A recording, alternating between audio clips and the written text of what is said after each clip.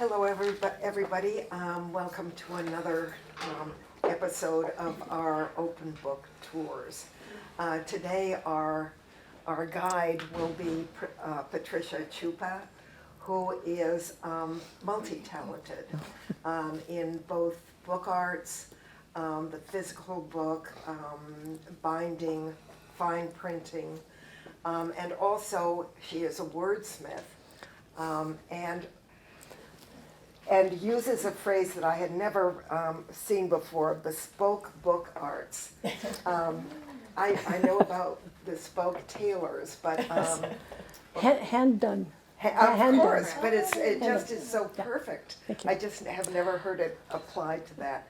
I think the best word for Patricia is magic. I think the work that she does in book arts, in writing, and in her life, that magic applies to all of those. So I know you will have a wonderful time listening to Patricia Chupa. Thank you, Cynthia. Thank you. I have to say thank you to Cynthia and also to the museum for such an incredibly wonderful, supportive environment for those of us who are engaged in book art. It's just phenomenal.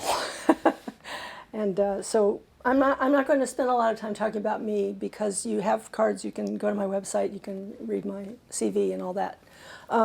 But I have been working in book arts for probably about 20 years now, mostly while I was working full-time, variously as a bookseller, teacher, bookseller, and library person. Now I'm retired, so I get to be a book artist full-time, and I'm having a great time at it. So today I want to share some things with you about the pieces that live here now. And I'm going to start out, I'm going to go a little lickety-split because we have a lot of things to cover. And I will apologize for my speaking voice this morning. Thankfully I'm wired because the garden bloomed. And I'm a little wheezy, but I will try to get through this without any trouble. Okay, so the first piece that I want to talk about this morning is the I Ching Book of Changes. Now, this piece had a serendipitous beginning. Another book artist, Randy, now I'm forgetting her name, Randy Parkhurst, and I were doing little challenges back and forth to each other for a while, where we would sort of set some rules and then we would do something with those and come up with something and then come back together to see what the other person had done. And so this challenge involved having found pieces, had to have found art, pieces, things, objects. It had to have pockets. It had to have a theme, and it all had to somehow come together in an interesting way. So how was I going to do this? What am I going to do? So one morning I got in the car and went to Cost Plus World Bazaar, and I said, okay, I'm going to walk around this store. I'm going to find everything I need in this store. And so I'm just going around and around. I'm sure they probably were walking. Is she going to buy anything? But anyway, I was picking out things, picking up, putting down, and came up with all the ingredients for this book. And so what you see before you is a book. These are the covers. This is the text block. The individual pages are in here. And these are the spines of the book. So, yeah, the chopsticks. so I ended up with the warrior figures and the chopsticks and the coins. Also, the paper came from there, and so the text is from the I Ching, which is an ancient Chinese divination book which means the Book of Changes, and it was used as a way for people to understand what was going on in their lives through essentially random access. So they would use the coins or they would use sticks and they would throw them down and then they would come up with a number from that. And the number referred to these hexagrams, which are individual Chinese characters that stand for specific qualities or things about life that that help you to understand what's going on in your inner life as well as the outer life. So I have 6 of these, and each container has 2 scrolls, and each scroll covers the first 12 hexagrams of the Book of Changes. And so the scrolls get pulled out, and thankfully you don't have to read this because it's very tiny, because it had to fit in the box, you see. But it gets really personal when you have to use a magnifier to find out what's going on. So the first hexagram is, it says, living the creative. I see the unfolding in the experience of time. I'm aware of the order of the universe, knowing that creation is change, transformation, and continual movement. I bring my potential into being. I am successful and know that what I am doing comes from beyond myself, through myself. A doubled heaven is strength and power and duration. I know that after each creation, a new one will follow. So depending on what number you pick, you get to read that and then apply it or see if it applies in your life. Is all that stuff from here? From the Book of Changes, yeah. Did you know from the same store? All the materials? Yes. I mean, I had the book at home, fortunately, so I didn't have to look very far for that. But yes, the pieces, the little circular boxes. I think I used some of my own paper that I had already, and I had this paper with a coin motif on it. So that is the I Ching Book of Changes. What's the base made of? The base is a cardboard box that's been covered by this material here. This material on the bottom was a bag that you buy to put a bottle of wine in to give to somebody. And I went, oh, I have to have that paper. so I'm going to start passing that one around, and you can feel free to touch. What a cool tribute to the company. Did you ever take a picture and send it to them? No, I didn't. I figure once the paper's out there, I can use it for whatever I want to. Yeah. So at any rate, feel free to touch and enjoy that one. Any questions about that? Whose translation is that? I used a translation that was done not too long ago by Ursula Le Guin. I really liked her translation a lot. In fact, I read it frequently. But I first encountered it when I was in college, when I had the Bollingen edition during college years. Yeah? Okay. One of the things you'll probably notice by the time I get through going through my books is that everything that I'm exploring in my book arts has to do with going as deeply into something as I can and making it possible for you to do the same thing. Because you can have all kinds of superficial understandings of a topic. You can have words, you can have books, you can have films, you can have, depictions, you can have sculptures, you can have all that sort of stuff, but it's all kind of at a distance. And a lot of my pieces are exploring a person or a figure in history. And in order to understand that person, you really have to get inside them or try to get inside them. And so a lot of what I do tries to incorporate what I would consider biographical encounters with them, so you're really starting to understand a little bit more deeply what that person was all about. This piece is because I was early in my life really thrilled to learn about archaeology and mythology and all that sort of thing, and I was really enamored of the Greeks for a while. So I was like diving into the Greeks. This piece was made for an exhibition up in Seattle a few years ago. It was done in, I think, 2010 or 2011. And I decided that I was going to, I should hold that up for you, sorry. This is the box, and this is the book inside the box. See the paper shows up again? Yeah. I'm a Virgo, so I'm very earth-centered, and so my palette tends to be earth tones more than others. Anyway, I decided that I wanted to explore Athena a little more intimately. And so this whole thing is about Athena. The name of the book is AOE, which is on the coin that you see here, which was a coin that was struck in Greece that was Athena's coin or template. And so I took again, the idea of incorporating as much as possible into this. And so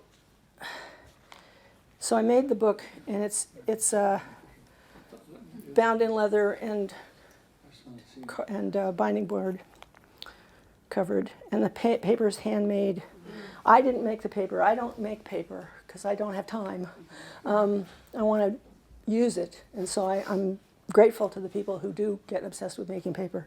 Although I'm going to learn how to do eco-printing this summer. But anyway, another story. And so I was, again, trying to be true to the theme.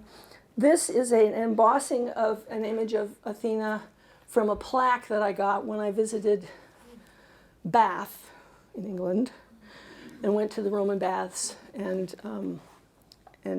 went to the store there and found this plaque with Athena in a raised relief, and I thought, oh, that's wonderful. So that's on my wall, but then I thought, I bet I could do an embossing of that.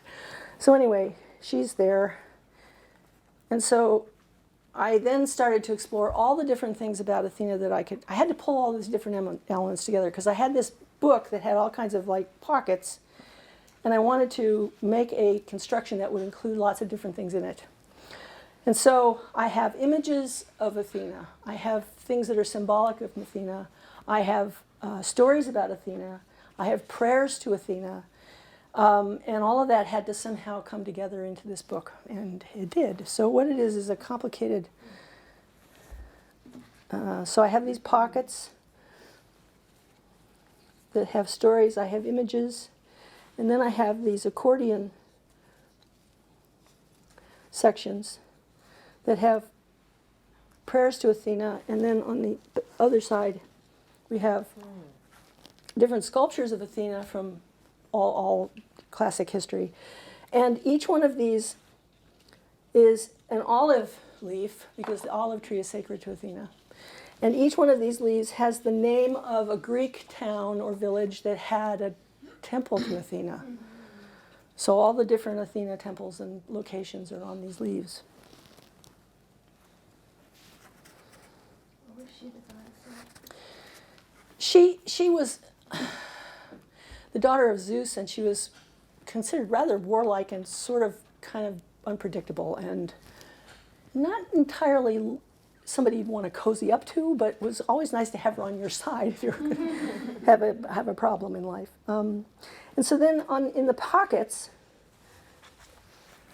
each one of these is a folder that has a legend about Athena.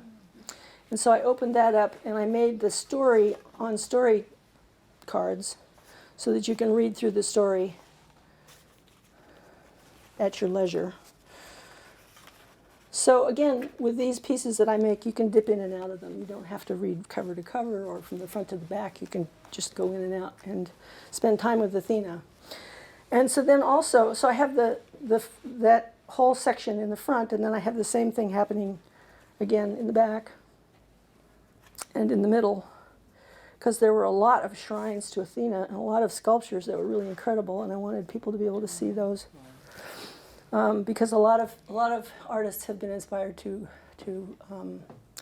bring to life their vision of her. And then in the middle we have her bird, which is the owl. And so the actual Greek, I don't know if it's Latin, the Latin name for this owl is Athena noctua is the name of the bird. So the bird is actually named after her in the Latin, and her bird, her owl was named Nyctomene or Nyctomene. I don't speak Greek, so I'm not sure about that. So at any rate, that is. Where did you procure the olive leaves? I went online, found a botanical drawing of leaves of olives, and I printed those and then cut them out and used them. I was thinking about using olive leaves themselves, but they tend to be fragile and hard to conserve, and so I just went that way instead. So now that's going to go. Shall I start on this side? We'll go around. Any questions more about that? What an education. Thank you. Well, again, that's the thing, is that I guess that's part of my personality. I mean, my approach to it, my own education was rather all-encompassing, because I was kind of bored a lot in school, because I was too far ahead in terms of my ability to read and understand things, and so I read a lot outside of school all my school life, and I just wanted more. I wanted to do more, and the little section that we have in school on each thing was not long enough for me. So I would go to the library and go, okay, I'm going to get a bunch of books and take more time. And so essentially, that's my approach to my book art as well, is to give you as much of a variety of ways to participate with the book in that way. Okay, that's going around.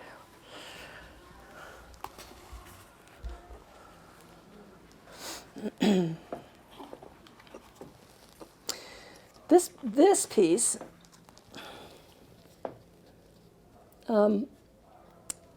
is called Underhill, the Crone. And this piece came from a bit of verse that I had in one of my journals that I carried around with me for years and years and years. That is a fragment of a children's nursery rhyme, which says, there was an old woman lived under the hill, and if she's not gone, she's living there still. And that just came around with that, just accompanied me forever. And so we had our exhibition a couple of years ago, and I thought, I got to come up with something. And so I decided that I was going to do something with that verse. And so obviously, of course, all right, so I have to have a hill. And that involved me doing something I had never done before in my entire life. It went against everything in every fiber of my being. I had to alter a book for the first time. And that was very difficult for me, because I'm one of those kids that grew up with, you get a new book, you smooth open the pages from back to front so that you don't break the binding, and you always wash your hands, and you don't and you don't turn down the pages, and you treat it like it's sacred. And so this was very difficult, but I got over it. So I went to visit my brother and sister-in-law in Texas and Dallas, went to a big bookshop. I thought, I'll find a used copy of something that will be appropriate. And so I came up with a book called The Encyclopedia of Fairies, which had all kinds of fairy tale stuff in it. And so that became the basis of the book, because it's about the crone. And the crone in folklore is supposed to, we all know what the typical thing about the crone is, he's an ugly old witch who lives in the woods and will eat children for breakfast and all that stuff. Which doesn't make her very lovable, but I've always felt that was a disservice. And so this piece is trying to address that and perhaps reframe it a little bit. And so the hill is the book. The door opens up, and the bit of verse is underneath. And there is a figure in here that I also got a long time ago and was carried around, which is a crone stone. Mm-hmm. And she has in her hand a stone, which is the egg of the world. And so I wanted to incorporate that in here as well. And also, you see in the background of the shrine an actual illustration from this book depicting the crone, as she has been portrayed in classical folklore. And so I had to glue all the pages together, and then make a hill out of it, and carve it out, and make the door out of wood, and find a handle, and all that sort of thing. And so that's the inside. And we can pass around. And then when I got back from Dallas and I was working on this, I got an email from a wonderful lady that I met while I was visiting my brother and sister-in-law, a friend of theirs who spent many years doing one-on-one palliative care for for folks who had HIV and AIDS. And so she was very involved in that for many years. And now she's older and she's housebound. And so she wanted to know about this book, and so I sent her, correspondence showing her what I was doing and all that, just to, so that she'd get an idea of it. And she sent me a poem, unasked for, called "The Charge of the Crone." I don't know where she got it from, probably the internet. And so I thought, oh my gosh, this is the perfect ending for this book. And so the poem is on the inside back of the cover of the book, and you'll get a chance to read it when it goes around. But it's a wonderful poem. And then, of course, because I wanted the viewer to engage a little bit more deeply, down here underneath there is a compartment, and in the compartment there is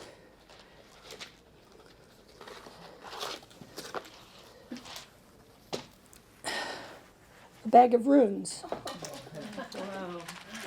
Which are, runes are not necessarily just one culture. They've been used all over the place. And so, of course, if you're going to use the bag of runes, and I made the bag probably about 30 years ago. I made this bag out of leather, and there is a bead that I also was carrying around for years. That is a woman bead, female figure, which is very ancient figure, and so that made sense as well. And so the book is a basic how to cast the runes and how to interpret them.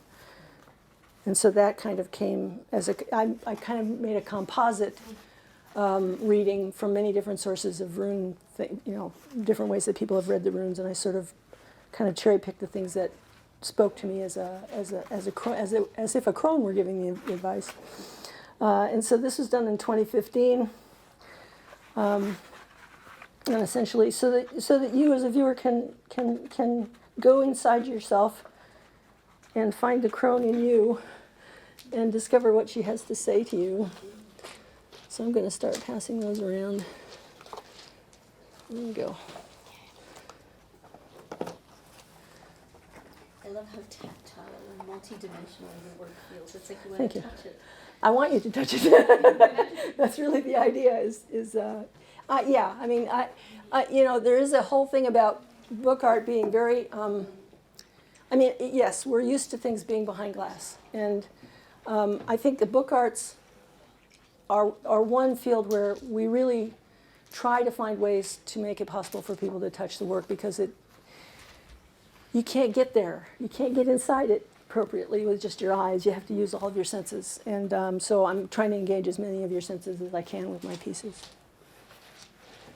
There you go. And so these are actual sticks Oh, with actual thank lichen you. and Yes, I should actually say, these, I had to get these from somewhere. Fortunately, I live in a duplex that now has a plaque on it that says Plum Tree End, which is where I live. The name of my home is Plum Tree End because there's an ancient old plum tree in the backyard, and she's been there many, many, many years, and she's getting more and more she's now at the point where she's kind of changing from a tree to a sculpture. She has a couple of props, and so I asked her if I could use some of her pieces, and she graciously provided those for me. And so the lichen was already on there in the moss, so there you go. Okay, how are we doing on time? I'm probably racing along, aren't I? Yes, you are. So it gives you lots of time to look at it carefully. Last year, this is the piece that came out of me. And this has got a little bit more of a complicated story behind it. A couple years ago, I lost my 30-year partner. She passed away. And she was a wonderful artist in her own right, completely self-taught, and never really could say that she was an artist, but she was.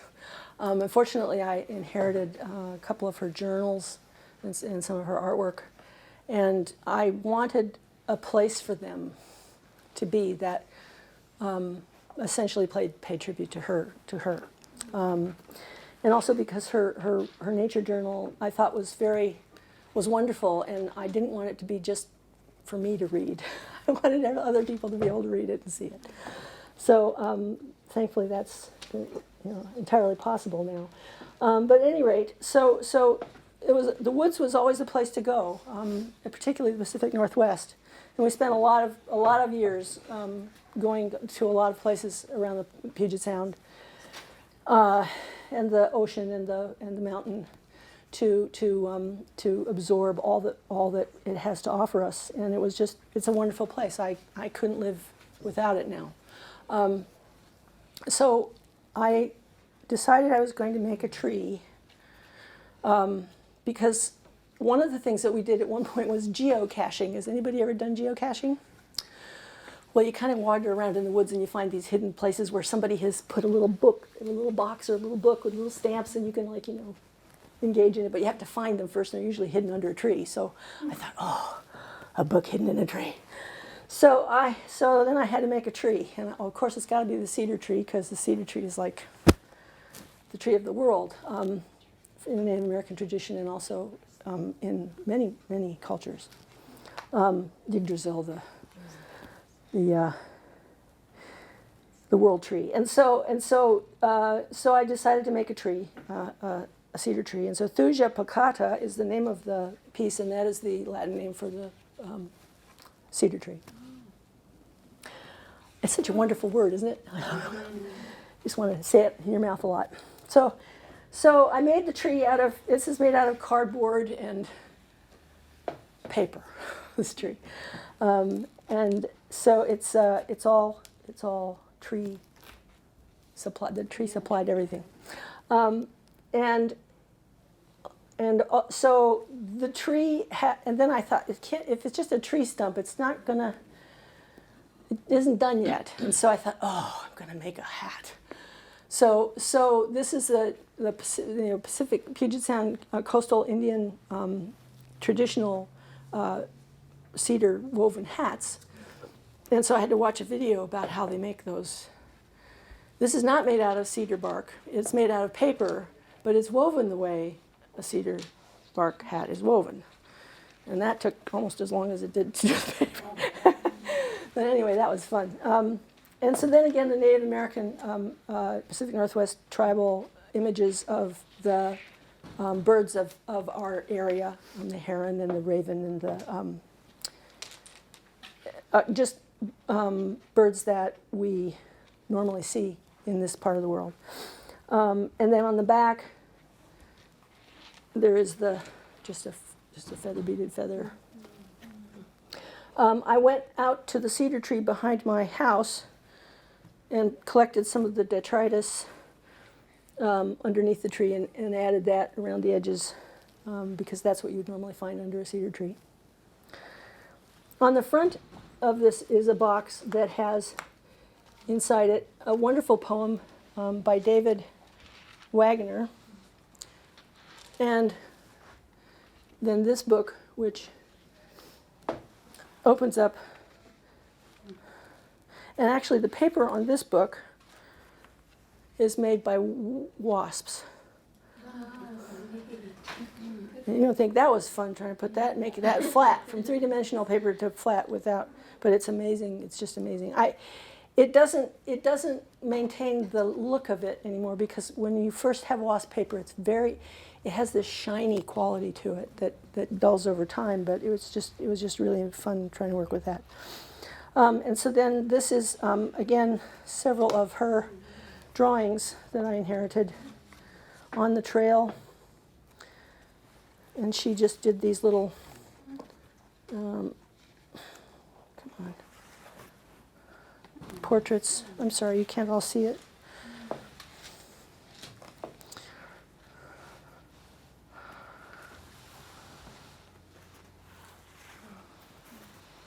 Stellar's J. Can you lift them up? I'm sorry. Yes.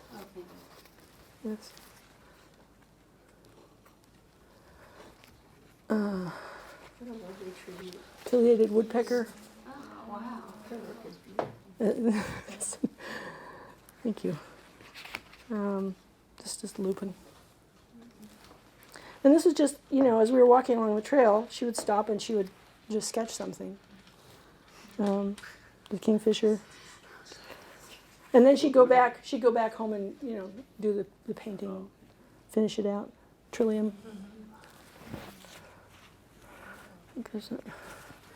And then a mallard. So that's some of those little drawings that she made. I'll pass that around. So what is this made out of on the outside? Is this all? It's paper. Okay. Well, these are like cardboard boxes that are, that I've covered with other paper and distressed and made sort of more organic. And then at the bottom, there's another box inside that box. Again, the plum tree made a nice handle for. And all of this paper, by the way, I was lucky to get. We had our annual meeting of the Book Arts group, and we had batches of paper that a member had for many years, and she passed away, and her husband said, "Can you guys use this paper?" And we went, "Oh my goodness!" I mean, literally huge amounts. And so we made up little packets, and then we raised money for the organization by selling those to ourselves. and I had a whole package of all the paper that I needed for this. And that was like the one thing I was going to go, when am I going to find the paper? And there it was. So I said thank you to whoever it was. And okay, so inside this is her journal, which was bound in a different way, but it was getting kind of worn out. And so I did a rebinding of it.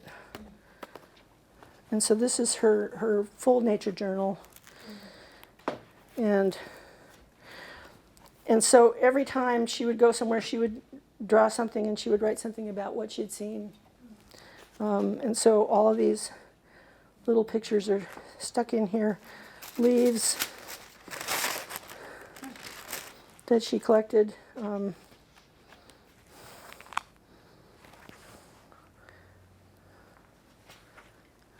You can see how she was just a really intent observer of life and of nature, and she loved it, and she was very caught up in showing that all the things that happen throughout the year. The vole. There's a raccoon who's scavenging in a covered garbage can. That was at Kalaylock. That was at Kalaylock. That was at Kalaylock. We looked out the window, and here, all you can see is this is all you can see was rummaging around, trying to get in there. Rocks, a feather, a bear, mushrooms. There's one in here. I want to see if I can find it.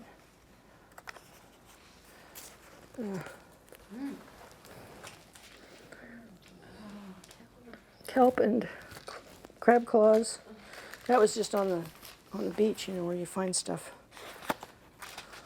The coyote. We were in Nisqually one day and it just poured down rain. We were on the 5-mile loop and we were coming on the backside. Look. And there's a coyote running next to us, completely drenched. I was like, let's get out of here. California quail. Bald eagle. At any rate, it's a lovely thing to just go through and dip in and out of and see what she was seeing and kind of what she was thinking about what she was seeing. So I'm going to go ahead and pass these around. Any questions more about this? Do you know what that paper is made out of? Covering the book? Don't know. Unfortunately, the lady didn't label the pages, so we didn't really have an idea of how they were made. Although it's all, She'd collected them from all over the place too, so it's kind of like a grab bag. It does, doesn't it? Like what? Like core, Okay. like core, Fiber. core, yeah, Fibers. core fibers. And they might be, might very well be. Do you have other work of your partners that you I do have one more piece that I did. It's kind of a triptych. I won't call it a shrine, although it could be interpreted that way. But her last work, she was engaged in before she passed away. She was trying to do 100 portraits, smaller, all about this size, and so she was using lots of different mediums like pencil and watercolor and gouache and oils. And so she had 3 of them that were on oil, that were oil based, and so I couldn't put those into the book, so I made like three panels for those to stand up, and then I made a book with all the other, and bound all the other ones in, and she managed to get 33 of them done.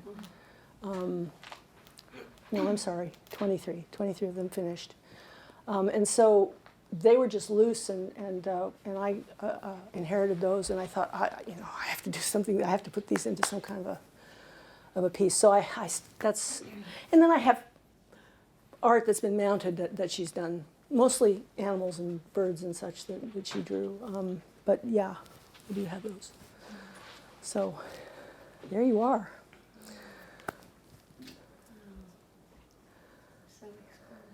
Thank you.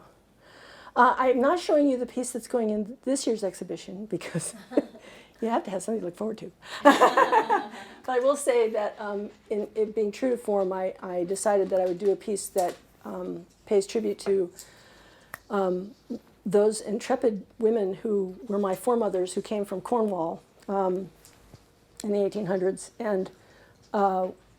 And so I had to do a little genealogy work for that, and I've come up with a piece that's going to be in the exhibition there. I did post pictures of it on my Facebook page, so you can probably see it from a distance that way. But at any rate, that's going to be in the exhibition this summer at the University of Puget Sound at Collins Library. And I'm sorry I didn't have enough postcards. They just handed out a few of them to us. But there is information about it on the website, our blog site, and you each got a card so that you can access the website from there. So I will talk a little bit about that right now before I show you my protest art. So the Puget Sound Book Artists is 140 members strong this year, and it covers most of South Puget Sound, Tacoma, Olympia, south from Olympia, up here, Seattle, all over. And then we have some members that are in Canada and California and various places, usually because they've been in the exhibition, which is a members exhibition that happens every year. This is our 8th consecutive exhibition. We've been an organization for 11 years, and we're just having a wonderful time. We've started this year having more workshops and salon kinds of things down in Olympia as well, so that people can go from both ends of the sound. They can come to participate. The exhibition opens on June 4th and closes on July 27th, and it's at the University of Puget Sound Collins Memorial Library. It's a beautiful campus. It's a beautiful library. There's a book arts collection, and it's just a wonderful place. And because it's summer, there's all kinds of parking, and it's a really nice little afternoon trip.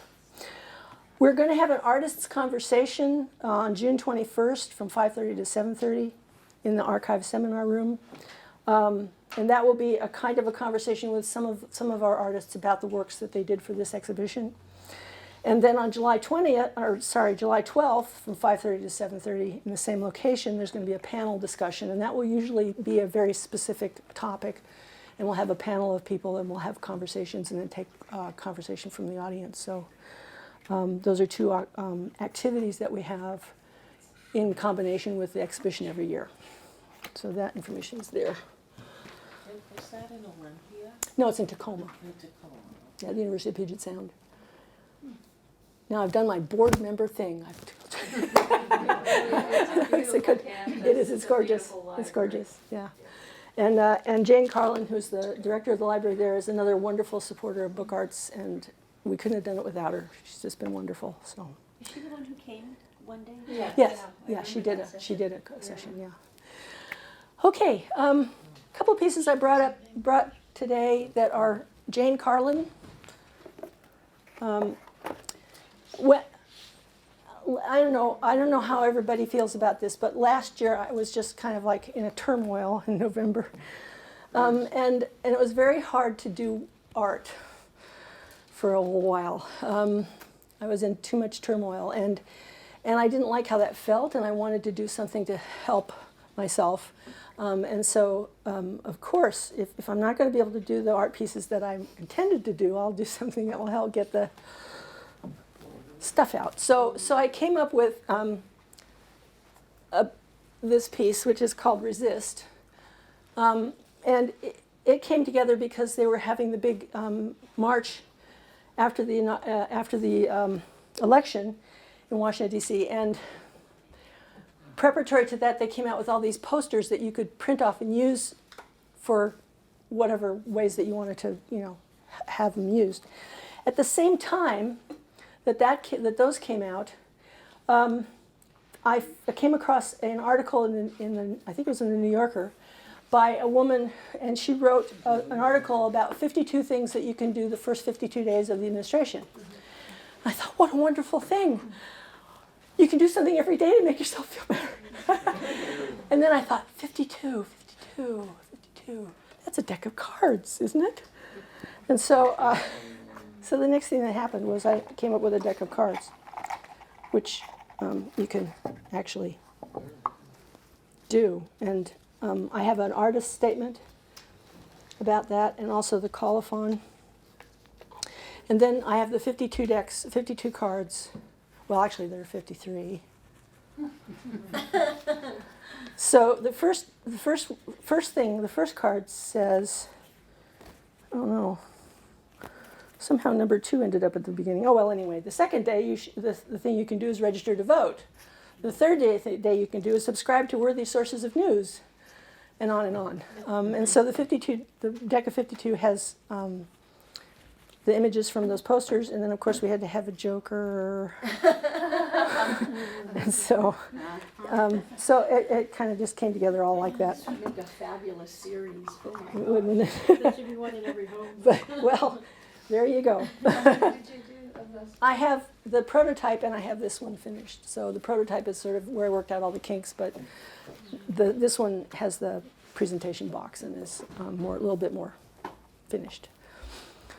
So. Is this going to be an addition of multiple? No, not at the moment, because I felt that it was more. I don't know. I don't want to piggyback on somebody else's work in the sense of it being an article that somebody else wrote, but I wanted to make those 52 things out there and make a statement about that by using the images and the words that are connected with the protest, that initial The author protest. would be honored, though. Did you ever connect with her? About No, I that? haven't. Yeah. But at any rate, that's and it just needs to be. I don't look at them as a commercial. You know what I mean? I don't want to look at them as a commercial Do you thing. know why she chose the number 52? Because I don't know. It was like the first 52 days are like, I think maybe traditionally it's like the first 52 days of the new administration. They're supposed to be, you're supposed to see kind of where it looks like it's going. Why is everything in Generally, the numbers? I don't know. Decade or tens. Or Yeah, fives I don't or know. something. It's like the first year. Well, I suppose the 52 days is about an equivalent of a year in this particular state, isn't it? But anyway, so I made that, and that felt a little bit better, but I still had more fuss going on.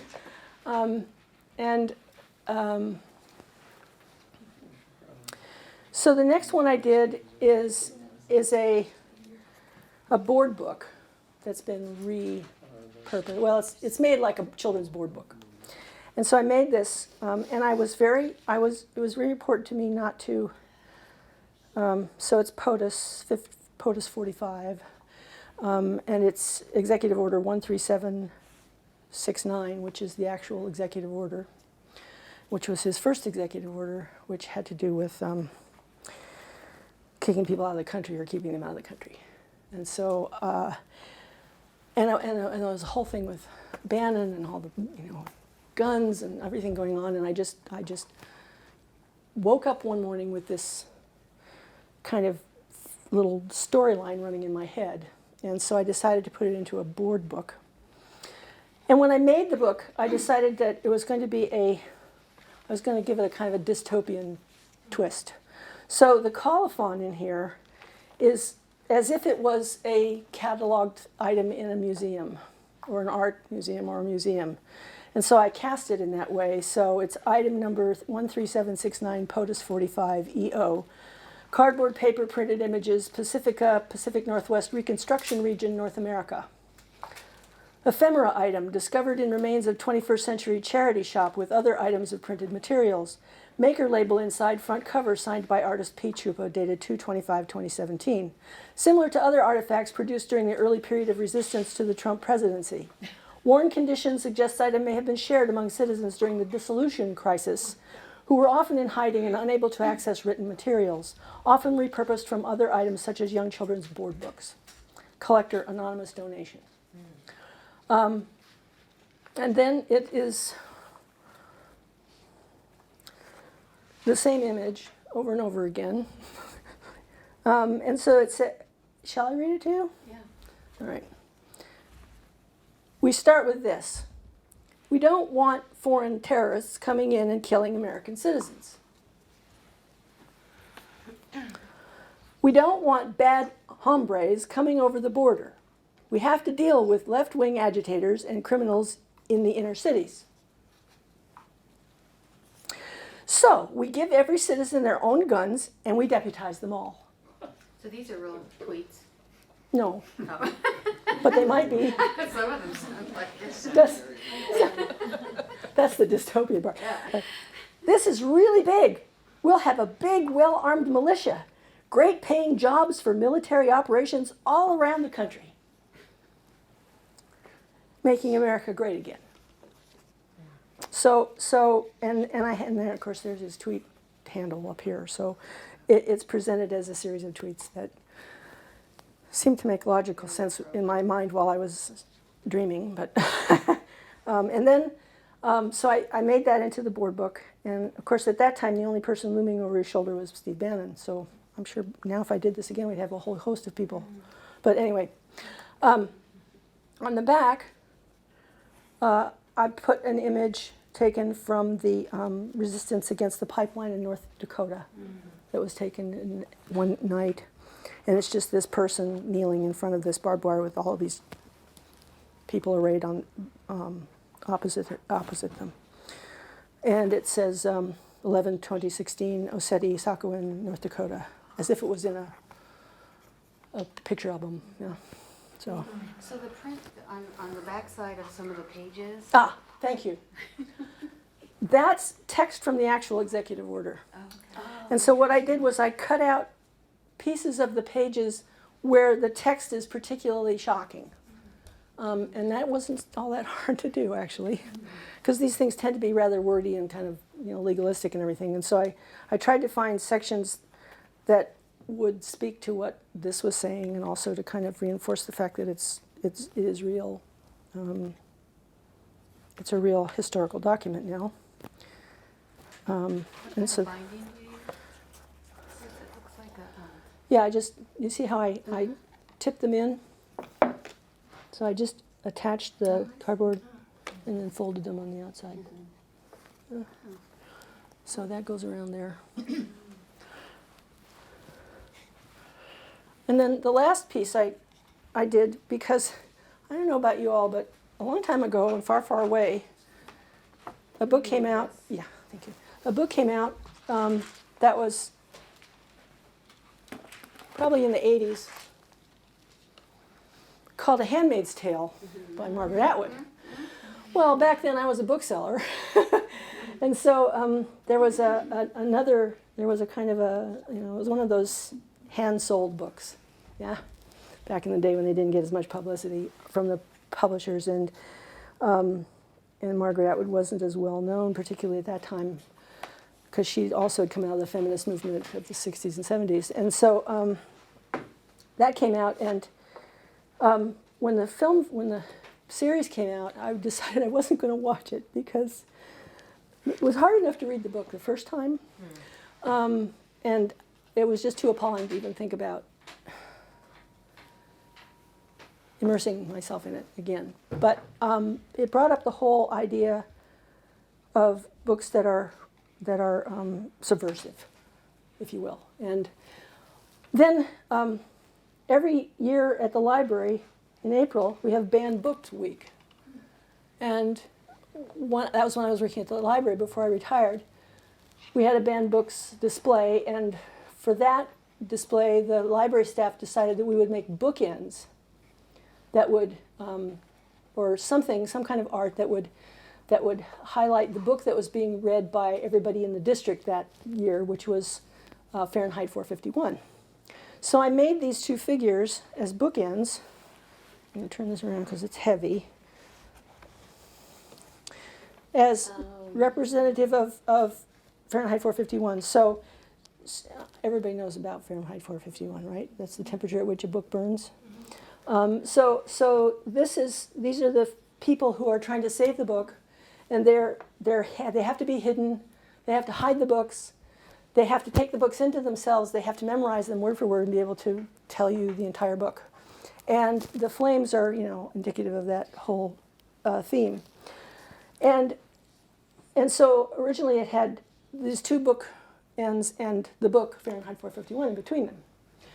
Well, I decided that for this piece we needed to expand the library a little bit. So this is called the Little Shelf of Cautionary Tales. The Little Shelf of Cautionary Tales. And it also harkens back in the day when they first started to sell books to people out in the world, at least in the United States. One of the publishers had this thing where you could get a whole shelf of books sent to you. And they sent the shelf with all the books on it. And it was the classics, pretty much. And they were hardcover, and it was kind of a big deal back in the day when people were not used to buying big ticket items like that would have been at the time. But there was the whole idea of a shelf of books. And so I thought, this is a shelf of cautionary tales. And then, of course, I had to get the books. So it is Fahrenheit 451. It is A Handmaid's Tale. It is Animal Farm. It is 1984. And it is The Trial by Franz Kafka. And for me, those books epitomize a dystopian future, and are classics for that reason alone, and probably ought to be learned by heart. But at any rate, so I got the hardcover copies of the books, and then I thought, okay, now what I'm going to do is I'm going to cover them all in brown paper, because back in the day when you were getting books that you didn't want anybody else to know that you were getting, because you weren't supposed to know, because it was probably not a good thing for you to be reading them in the first place, so you would order them and they would send them to you in a brown paper package. Or you'd put a brown paper cover out so that nobody would know what you're reading, which is the whole idea of something being hidden, whatever you want to call it. So I put them in a brown paper package, and then I wrapped them up and tied them up and put sealing wax on them and then put a label on it that says interdicted. Anno 2020 0101 Rex Regis Atwood Bradbury Kafka Orwell. So they're banned books, aren't they? And in order to read them, you have to really dig. You have to deconstruct this piece to read the books. So I don't know if anybody will end up doing that, but if you want to keep the piece, you can keep the piece and just get your own copies. But anyway, that's the whole idea, is that it needs to be, they're here. They're still here. They're still with us. They're still available, and they probably ought not to be forgotten. Did you make a fireproof container for the piece of work? No, that would be a good one. I don't know. Yeah, a tin box. Yeah, either that or an earthenware jug that you would bury in the ground. I don't know, but anyway, Did you construct it? Actually, these are. I found these at a craft store. They're made out of very thin veneer, with 2 pieces of wood for the top and the bottom, and then the veneer is wrapped around with a little button on the side. And they were just plain, so I covered them to make them into kind of like, yeah, they do, don't they?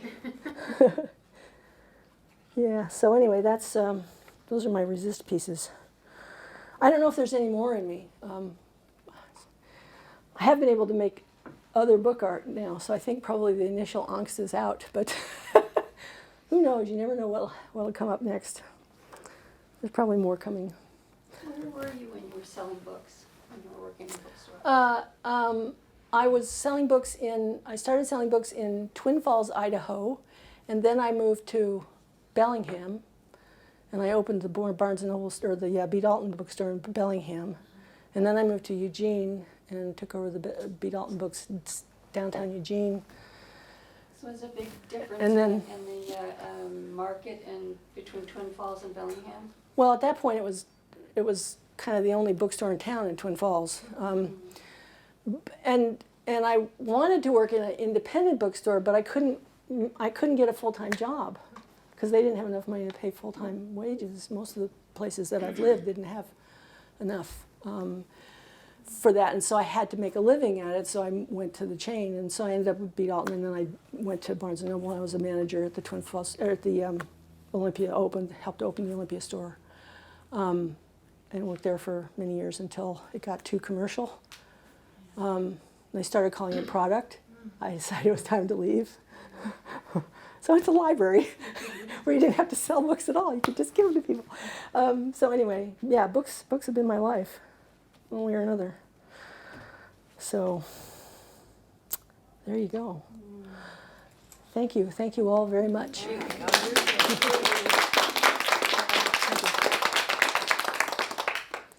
Okay.